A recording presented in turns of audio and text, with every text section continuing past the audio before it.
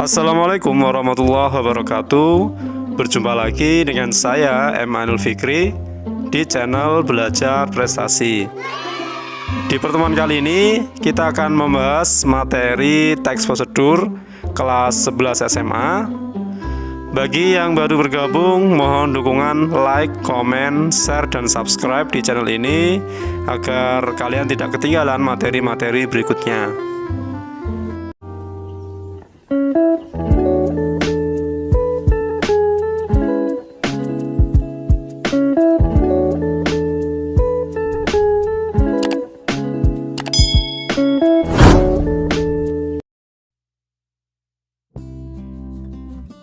Materi yang pertama, kita akan membahas pengertian teks prosedur. Teks prosedur adalah teks yang berisi cara, tujuan untuk membuat atau melakukan sesuatu hal dengan langkah demi langkah yang tepat, secara berurutan, sehingga menghasilkan suatu tujuan yang diinginkan. Teks prosedur biasanya terdapat pada tulisan yang mengandung cara, tips atau tutorial melakukan langkah tertentu. Contoh, misalnya ketika kamu sedang mencari tulisan cara memutihkan wajah melalui internet. Nah, pada teks tulisan tersebut akan ada cara atau langkah bagaimana memutihkan wajah sehingga menghasilkan wajah yang putih, bersih seperti yang kamu inginkan. Berikutnya, tujuan teks prosedur. Seperti namanya, prosedur. Teks prosedur bertujuan untuk memudahkan pembaca maupun mendengar agar dapat mengikuti langkah atau perintah dari isi teks, yang tujuannya akhirnya bisa sesuai keinginan pembaca maupun pendengar.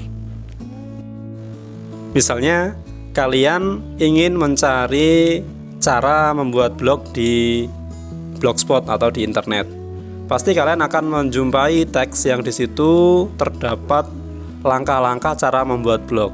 Nah, di sini tujuan dari teks itu agar si pembaca atau pendengar dapat membuat blog sesuai dengan keinginan pendengar atau pembaca. Struktur teks prosedur. Yang pertama, tujuan.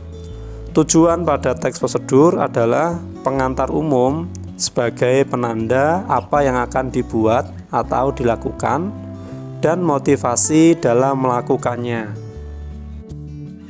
Struktur teks yang kedua yaitu langkah-langkah. Langkah-langkah berisi langkah-langkah atau cara-cara melakukan sesuatu dengan urut secara bertahap. Dan struktur yang ketiga, penegasan ulang atau penutup, yaitu berisi penekanan pada keuntungan dan ucapan selamat melakukan sesuatu. Adapun ciri-ciri teks prosedur, yaitu yang pertama, menggunakan pola kalimat perintah atau imperatif. Kalimat perintah merupakan kalimat yang mengandung makna meminta atau memerintah seseorang untuk melakukan sesuatu. Contoh, tolong matikan keran air itu. Jangan membuat ribut anak-anak. Saya minta kerjakan tugasmu tepat waktu. Berikutnya, menggunakan kata kerja aktif. Kata kerja yang memberikan suatu tindakan kepada objeknya. Misalnya, menyiram, membungkus, melempar, dan lain-lain. Berikutnya, menggunakan kata penghubung atau konjungsi untuk mengurutkan kegiatan. Kata penghubung yang menyatakan waktu kegiatan yang hadir dan bersifat kronologis. Contohnya, selanjutnya, berikutnya, kemudian, lalu, setelah itu. Berikutnya, menggunakan kata keterangan untuk menyatakan rincian waktu, tempat, dan cara yang akurat. Contoh, ibu mengiris lobak menggunakan pisau tajam.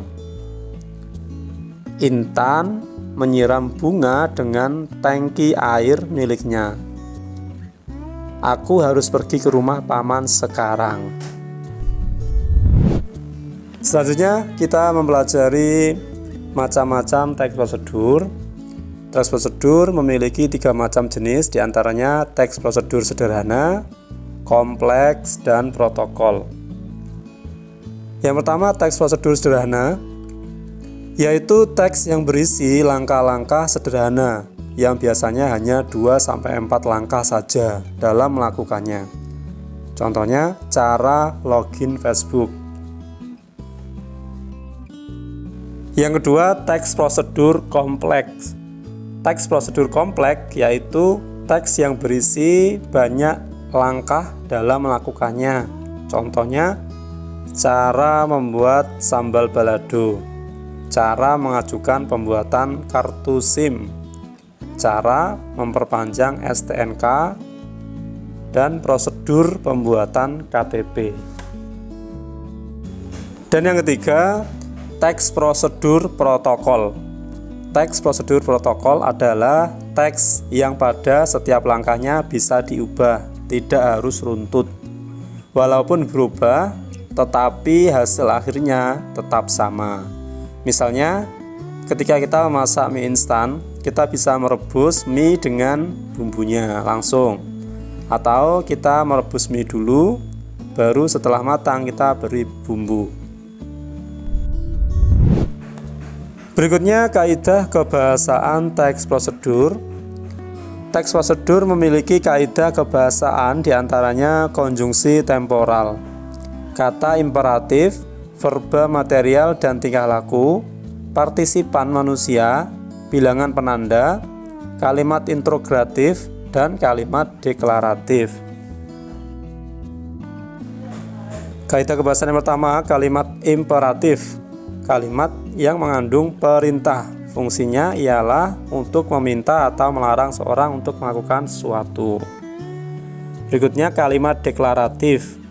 Kalimat yang berisi pernyataan. Fungsinya ialah untuk memberikan informasi atau berita tentang sesuatu. Berikutnya, kalimat interrogatif. Kalimat yang berisi pertanyaan. Fungsinya ialah untuk meminta informasi tentang sesuatu. Dan berikutnya, konjungsi temporal. Konjungsi temporal merupakan kata penghubung yang berhubungan secara kronologis dengan waktu dan kejadian dari kedua peristiwa yang memiliki keterkaitan. Misalnya, setelah ini, kemudian, lalu, sesudah itu, selanjutnya, sebelum itu, dan lain-lain. Berikutnya, verba material dan tingkah laku. Verba material adalah perbuatan yang mengacu pada tindakan, seperti potonglah ubi itu, masukkan air ke dalam wadah. Sedangkan verba tingkah laku adalah perbuatan yang mengacu pada tindakan berdasarkan ungkapan, seperti tunggu kira-kira 5 menit, tunggu sampai matang, tetap mempertahankannya, dan lain-lain. Berikutnya, partisipan manusia. Partisipan manusia adalah mempartisipasikan atau mengikutsertakan manusia dalam tulisan tersebut untuk membantu langkah-langkahnya. Dan berikutnya, bilangan penanda. Bilangan penanda adalah bilangan yang mengurutkan langkah-langkah pada tulisannya. Berikutnya, unsur kebahasaan teks prosedur. Yang pertama, banyak menggunakan kata kerja perintah. Kata kerja imperatif dibentuk oleh akhiran kan, i, dan partikel la. Contohnya, perhatikan, pastikan, tunjukkan, ceritakan, hindari, jadilah. Yang kedua, banyak menggunakan kata-kata teknis yang berkaitan dengan topik yang dibahas. Apabila teks tersebut berkenaan dengan masalah komunikasi, akan digunakan istilah-istilah komunikasi pula. Misalnya, tanya jawab, kontak mata, wawancara, verbal, nonverbal, bahasa tubuh, dan negosiasi. Yang ketiga, banyak menggunakan konjungsi dan partikel yang bermakna penambahan, seperti selain itu, pun, kemudian, selanjutnya, oleh karena itu, lalu, setelah itu, dan di samping itu. Banyak menggunakan pernyataan persuasif. Berikut adalah contoh kalimatnya. Penggunaan bahasa yang baik juga menjadi keharusan. Singkatnya, akan lebih baik bila kita mampu menampilkan sikap yang antusias, verbal maupun non-verbal. Yang kelima, apabila prosedur itu berupa resep dan petunjuk penggunaan alat, akan digunakan gambaran terperinci tentang benda dan alat yang dipakai, termasuk ukuran, jumlah, dan warna.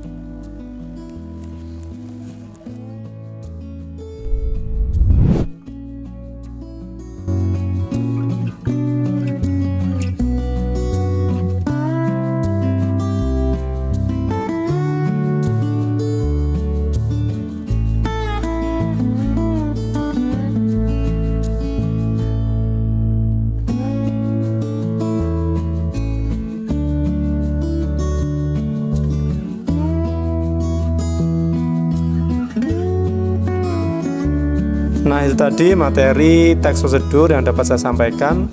Kurang lebihnya saya mohon maaf yang sebesar-besarnya, dan mohon dukungan like, comment, share, dan subscribe di channel ini. Terima kasih telah menonton. Wassalamualaikum warahmatullahi wabarakatuh.